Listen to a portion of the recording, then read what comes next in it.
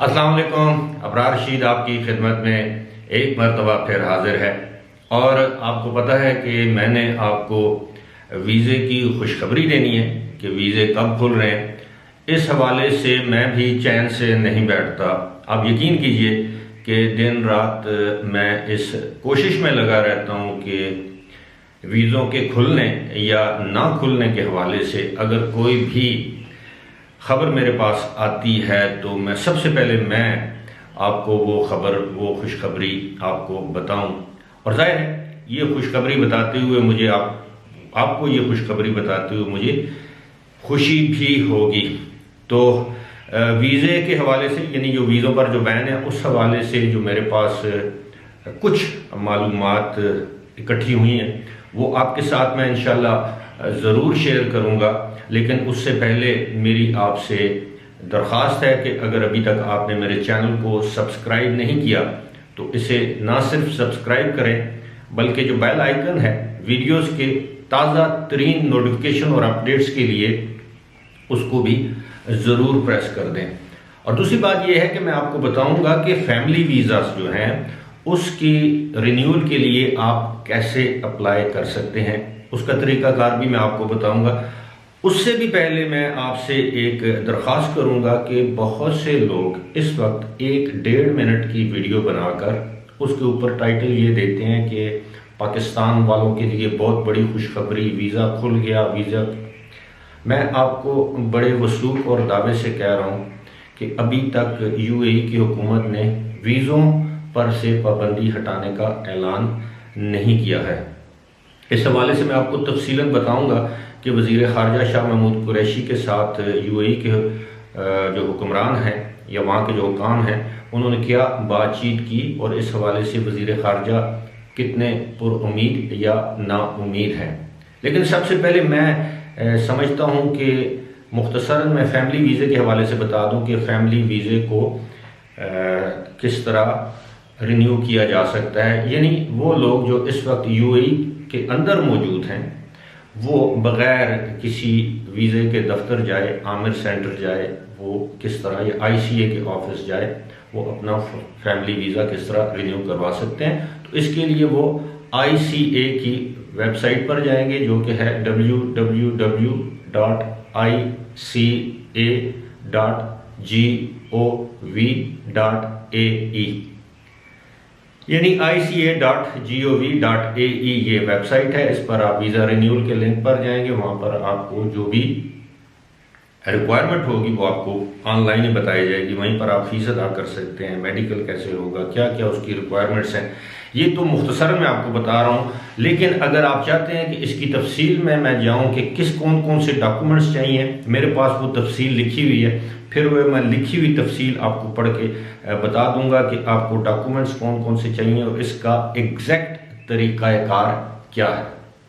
लेकिन ये बात आपको बताना ज़रूरी थी कि इस वक्त अगर आप यूएई के अंदर मौजूद हैं और आपकी फैमिली का वीज़ा एक्सपायर होने वाला है या हो चुका है और आप विद इन ग्रेस पीरियड हैं तो आप ऑनलाइन इसके लिए अप्लाई कर सकते हैं, उसमें कोई इशू या मसला नहीं है।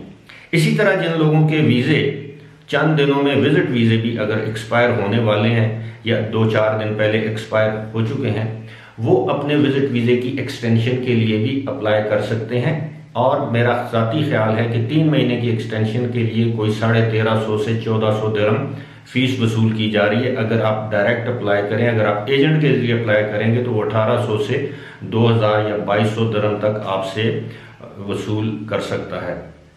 इसी तरह जो 30 दिन का वीज़ा है उसकी अपनी फ़ीस है। अब मैं आता हूँ माफ़ कीजिएगा, अब मैं आता हूँ जो असल वीज़े का जो इशू है जिसके लिए वज़ीर ख़ारजा ने 2 दिन यूएई में गुजारे, उस वीज़े के हवाले से मेरी जो गुज़श्ता रोज़, हालांकि छुट्टी का दिन था, पाकिस्तान में आपको मालूम है कि हफ्ता और इतवार वफाकी सतह पर सरकारी इदारों में छुट्टी होती है। लेकिन उसके बावजूद मैंने इस्लामाबाद में मौजूद अपने कुछ दोस्तों से रब्ता किया और फ़ॉरेन ऑफिस में मौजूद अपने दोस्तों से रब्ता किया। आप सोच रहे होंगे कि मेरा फ़ॉरेन ऑफिस में क्या रब्ता है, तो इस हवाले से मैं आपको इतना कह सकता हूँ कि मेरे बहुत से दोस्त अहबाब करीबी अजीज़ वज़ारत ख़ारजा में बड़े अरसे से खिदमत सर अंजाम दे रहे हैं और बड़ी सीनियर पोस्ट पर हैं, लेकिन इसका मतलब हरगिज़ ये नहीं कि वो कोई अंदर की खुफिया मालूमात मेरे साथ शेयर करते हैं। बाज़ औक़ात उनसे मैं कोई चीज़ पूछ लेता हूँ, लेकिन वो नाम ज़ाहिर न करने की शर्त पर मुझे बाज़ औक़ात ऐसी मालूमात दे देते हैं जो कि खुफिया भी नहीं होती, लेकिन आम लोगों के इल्म में भी नहीं होती। यानी कहने का मकसद ये है कि वो सरकारी राज जो है वो अफशा नहीं करते, क्योंकि सरकारी राज जो है वो अफशा करना एक किस्म का जुर्म है। और लेकिन मैं अपने मौजू की तरफ आता हूँ। अब सूरत हाल ये है कि शाह महमूद कुरैशी को दीगर मामलात के साथ साथ ये भी बताया गया कि जी वहाँ की अथॉरिटीज़ इतना इंतहाई अक़दाम जिसे कहते हैं इंतहाई कदम उठाने से पहले उन्होंने 10 मरतबा सोचा है।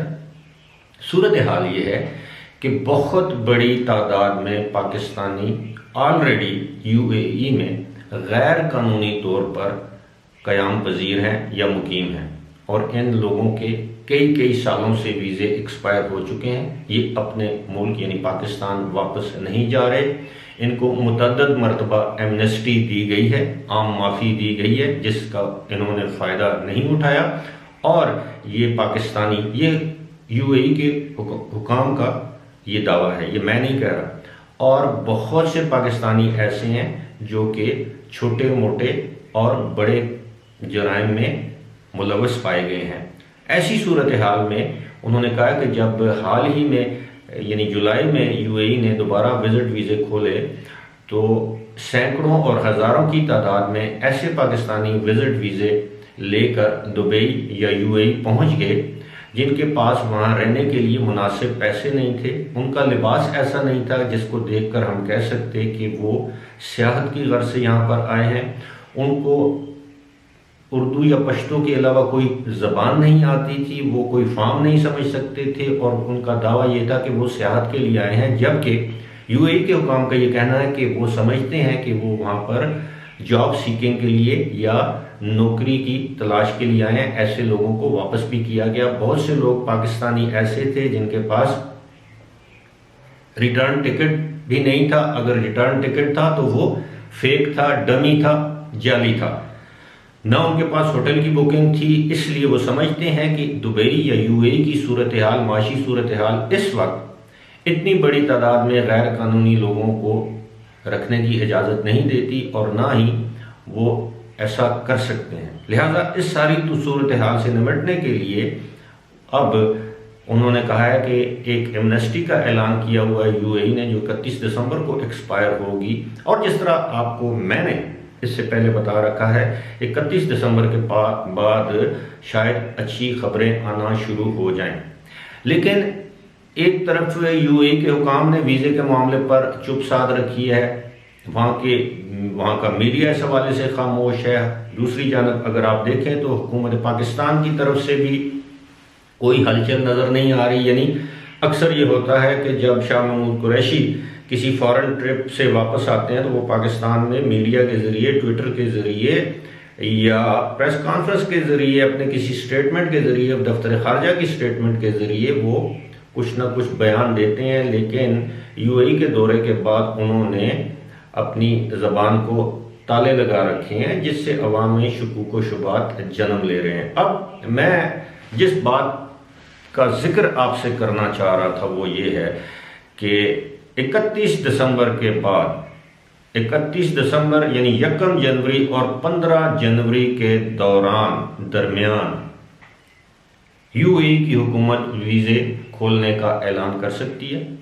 और पहली मैं समझता हूँ कि पहले मरहले पर शायद विजिट और टूरिस्ट वीज़े खोले जाएं, और दूसरे मरहले पर तमाम मामला तय करने के बाद डिमांड और सप्लाई यानी तलब और रसद को सामने रखते हुए मुमकिन है दीगर वीज़े भी खोल दिए जाएं, जिनमें वर्क वीज़ा, वर्क परमिट वगैरह, एम्प्लॉयमेंट वीज़ा वगैरह हैं। लेकिन जो असल सूरत हाल है वो ये है कि उम्मीद है कि जल्द ही वो लोग जो ऑलरेडी यूएई से पाकिस्तान आए हुए हैं, जिनको अप्रूवल दरकार है, उम्मीद है कि वो अप्रूवल का सिलसिला भी जल्द ही शुरू कर दिया जाएगा।